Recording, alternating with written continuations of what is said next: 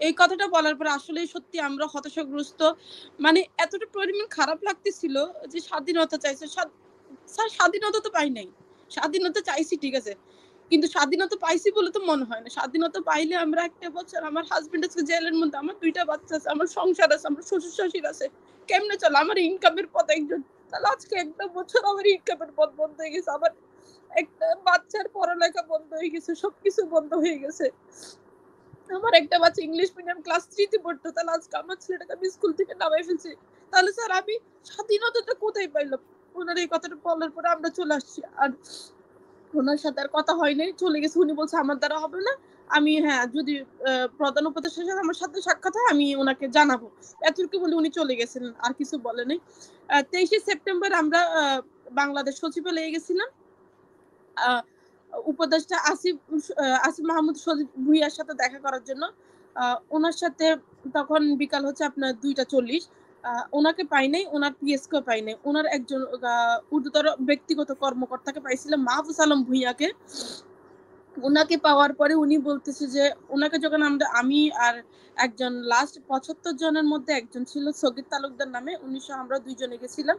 যাওয়ার পরে উনাকে বলতেছি যে, "ভাই আপনি" বলছে, "কেন আসছেন?" বলছে, "একটা লিস্ট দিছিলাম। এনসিপিতে একটা লিস্ট করা হয়েছিল। ওই লিস্টটা নিয়ে ২৫ জনের লিস্টটা নিয়ে উনার কাছে গেছি। ভাই এই মামলা এই কিন্তু উনি আমাদেরকে মানে কিছু বলতেই দিল না যে আমরা উনার কাছে কেন গেছি। আমরা যদি আপনাদেরকে যদি এক্সপ্লেইন না করি আপনাদের কাছে কি জন্য আসছি, তাহলে আপনারা কেমনে বুঝবেন যে আপনাদের কাছে কি কারণে আসছি? তো উনাকে বললাম যে, "ভাই এই কারণে আসছি। আরব আমিরাতের মধ্যে যারা ২৪ জন ভাই ২৫ জন ভাই জেলে আছে বৈষম্য বিরোধী ছাত্র আন্দোলনের কারণে, তো ভাইয়ের সাথে একটু এই ব্যাপারে একটু কথা বলতে আসি।" উনি আমাদেরকে বলছে যে, "কেন? আসিফ মাহমুদ কি সবার ঠেকা নিয়ে রাখছে নাকি? ঠিকাদার কি আসিফ মাহমুদ নিয়ে রাখছে নাকি? যে ক্লিনার হোক মানে যত কিছু ক্লিনার, ডাক্তার, শিক্ষক যত সমস্যা হবে সবকিছুর ঠেকা কি আসিফ মাহমুদ নিয়ে রাখছে নাকি?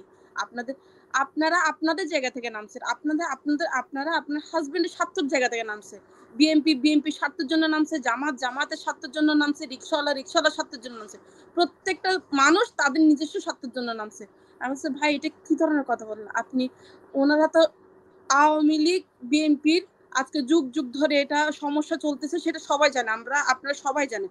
তাহলে উনাদের জন্য এই কারণে তো কখনো আরব আমিরাতের মতো জায়গাতে কখনো আন্দোলন হয় না বা অন্যান্য রাষ্ট্রের মধ্যে কখনো আন্দোলন হয় নাই।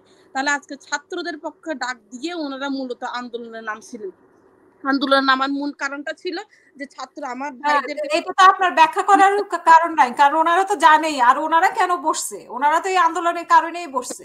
ওনারা তো আর নির্বাচিত হয়ে আসে নাই। ওনারা তো আন্দোলনের কারণ বলে আপনারা তো আন্দোলনের ফসল হিসেবে আসছেন। হ্যাঁ, আমি উনাকে ওইটা বলছি। ভাই এখানে দেখেন আমরা উনি আমাকে বলতেছে আপনি তো বর্ণনা করার দরকার নাই যে উনি আপনারা কেন আন্দোলনে গেছেন। ভাই আমরা আন্দোলন করছি দেখেই তো আপনারা আসতে পারছেন। হ্যাঁ, আমি উনাকে বলছি যে উনি আমাকে বলতেছে, "আপনার কাছে কি প্রমাণ আছে যে এই মানুষগুলো এই আন্দোলন?" আমি বলছি, "ভাই আমার কাছে প্রমাণ আছে।" বলতেছে, "আপনার কাছে?" আমি যে, "আমার কাছে ভিডিও ফুটেজ আছে, আমার কাছে কল রেকর্ডিং আছে, আমার কাছে আমার হাসব্যান্ডের সব যাবতীয় ডিটেইলস আছে। উনি যে এই মামলা সেটা আমি জানি। আমার হাসব্যান্ড বলছে উনার আইডি অন্যান্য সমস্যা বা ড্রাগসের আমি বলছি, "ভাই এ ধরনের কোনো সমস্যা না। আমার হাসব্যান্ড কি কারণে বন্দী সেটা আমি জানি। অন্তত ২৪ টা ফ্যামিলির কথা না জানলে কিন্তু আমি আমার হাসব্যান্ডেরটা তো আমি জানি।" উনি বলতেছে, "না, আপনি জানেন না। এখানে যদি এই মামলার যদি না হয়, যদি অন্য মামলারও হয়, আমি আপনাদেরকে সঙ্গে অ্যারেস্ট করাবো।" ইনফেক্ট উনি আমাকে সাদা কাগজে একটা সিগনেচার পর্যন্ত নিছে। সাদা পেপারে একটা সিগনেচার নিছে যে উনি এই মানুষগুলা যদি বৈষম্য ছাত্র আন্দোলন যদি না হয়, তাহলে উনি আমাদের নামে সঙ্গে আমার নামে এবং সগীর তালুকদার নামে অ্যারেস্ট ওয়ারেন্ট বাই করবে। আর ইনফেক্ট আমাকে যদি কোনো মন্ত্রণালয় উনি আর দ্বিতীয়বার দেখেন, তাহলে উনি আমাকে সঙ্গে অ্যারেস্ট করাবেন। উনি আমাদের সাথে এটা ঐদিন হচ্ছে যে খুবই বিহেভ করছেন। আসিফ মাহমুদের পিএস। হ্যাঁ, আসিফ মাহমুদের ব্যক্তিগত কর্মকর্তা মাহফুজ আলম ভূঁইয়া।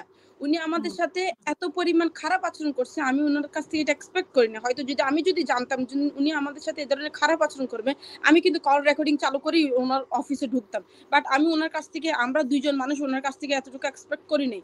তাহলে বিগত দিনে দেখেন আপু এখানে প্রত্যেকটা মানুষ অসুস্থ। আমার হাসব্যান্ড অসুস্থ।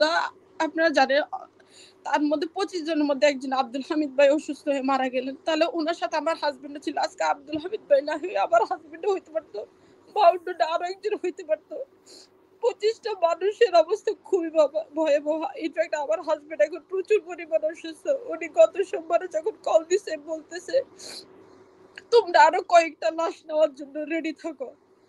তাহলে এই কথাগুলো যখন বলে আমরা কেমনে সহ্য করি? আমরা প্রত্যেক জনের দুয়ারে দুয়ারে ঘুরে পর্যন্ত আমরা কোনো আশা পাইনি, কোনো সুরাহা পাইনি, করতে পারে নাই।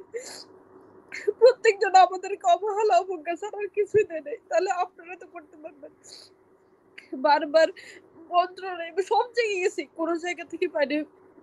পরিশেষে এনসিপির কাছে গেছি, নাহিদ ইসলামের সাথে 20 জুন যখন পথযাত্রা আসছিল উনি, উনার সাথে রাতের 2:30 বাজে উনার সাথে আমি সকাল 10টা থেকে বসেছিলাম। রাতের 2:30 বাজে আমি হোটেল সৈকতে উনার সাথে দেখা করি। উনি আসতে চান নাই। পরবর্তীতে উনাকে সামান্ত আপু নিয়ে আসছিল। এটার জন্য অনেক ঝামেলা হইছে। উনাকে আন্ডারগ্রাউন্ড থেকে নিয়ে আসছে রাতে 3:30 বাজে উনি আমার সাথে উনার পায়ে ধরে বসেছিলাম। ভাই আপনি তো প্রধান উপদেষ্টার কাছে যান, আপনার সাথে তো সরাসরি যোগাযোগ আছে। তাহলে আপনার একটা ডাকে উনারা আরব আমিরাতের মতো জায়গাতে উনারা আন্দোলন করছে। তাহলে আপনি যদি আমি অনেকক্ষণ পায়ে ধরে বসেছিলেন ভাইয়ের ভাই কোন একটা কিছু করেন, আপনারা চাইলে অনেক কিছু করতে পারেন। তাহলে উনি বলছে আমি চেষ্টা করছি, আপনারা 5ই আগস্ট আমার সাথে আপনি ঢাকায় যান, ঢাকায় গিয়ে আমার সাথে যোগাযোগ করেন। কিন্তু তখন ওনার সাথে দেখা করতে পারিনি। 5ই আগস্ট হয়তো উনি ঝামেলার মধ্যে ছিল, ওনার সাথে দেখা করতে পারিনি, আমি চলে আসছি। পরিশেষে এনসিপি আমাদেরকে যতটুকু সাহায্য সহযোগিতা করা প্রয়োজন এনসিপি করছে, কিন্তু একটা বিএনপি বলেন যেমন কারো কাছ থেকে পাই নাই। তাহলে আজকে আমাদের বেলায় দেশ স্বাধীন হয়েছে 2বার, কিন্তু আমার মনে হয় না এখনো পর্যন্ত আমরা স্বাধীনতা পাইছে।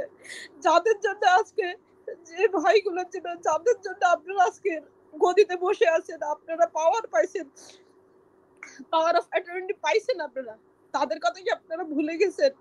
তাদের বেলায় কেন এত বৈষম্যতা? আমাদের বৈষম্যতা দূর করতে চাই আমরা। আমাদের ফ্যামিলি আছে, প্রত্যেকটা ফ্যামিলির এতটা পরিমাণ করুণ অবস্থা আপনাকে বলে বুঝাতে পারবো না। এতটা পরিমাণ করুণ অবস্থা। তাহলে একমাত্র এখানে শুধুমাত্র একমাত্র প্রধান উপদেষ্টাই পারেন স্যার। আমি আজকে আপনাকে একটা কথা বলতে চাই যে আপনি একজন নোবেল বিজয়ী, আপনি একজন সম্মানীয় ব্যক্তি। মানে আপনি যদি চান তাহলে আপনি আরব আমিরাতে 2বার প্রথম 57 জনের জন্য যেরকম একটা রিকোয়েস্ট করছেন, একটা ফোন করছিলেন, তাহলে আপনি এখনো পারেন যে ওই জিনিসটা করে আমাদের ফ্যামিলি গুলোকে বাঁচাতে। আমাদের ফ্যামিলি গুলো খুবই অসহায়।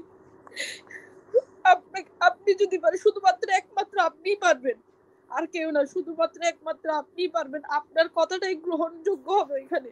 আপনি যদি চান তাহলে আপনার দ্বারাই আমাদের ফ্যামিলির মানুষগুলো ফিরে আসবে, আমাদের 24টা ফ্যামিলি বেঁচে যাবে। আমরা চাই না আব্দুল হামিদের মতো আর কোনো লাশ আসুক, আমরা আর কোনো লাশ দেখতে পারবো না। আমরা প্রত্যেকটা মানুষ এখানে অসুস্থ।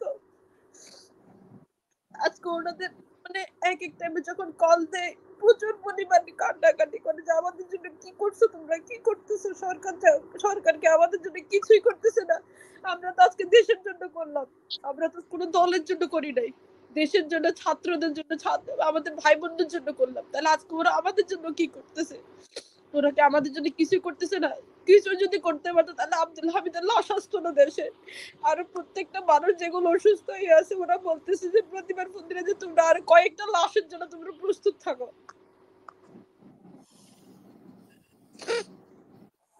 আমাদের গত পরশুদিন এনসিপি ডায়াসপোরা এয়ারলাইন্স থেকে একটা প্রেস কনফারেন্স করা হয়েছিল, তখন এখনো পর্যন্ত 7 দিনের আলটিমেটাম দিছিল ওনারা যে 7 দিনের মধ্যে যদি কোনো একটা সুরাহা না হয়, যদি কোনো একটা কিছু না হয় তাহলে পরবর্তী স্টেপ নিবে। কিন্তু এখনো পর্যন্ত আজকে 2 দিন হয়ে গেল, এখনো পর্যন্ত কোনো কিছু পাইলাম না। গতকাল তো এনসিপি উনাদের সাথে সাক্ষাৎ করলো, নাহিদ ভাই, সার্জিদ ভাই, সামান্তা আপু, ওনাদের সাথে তো প্রধান উপদেষ্টার সাথে সাক্ষাৎ হলো। তাহলে কি ওইখানে ওনারা বলছেন, ওনাকে বারবার ফোন করছে, বারবার মেসেজ দিছে যে আপু আপনারা একটু বলেন।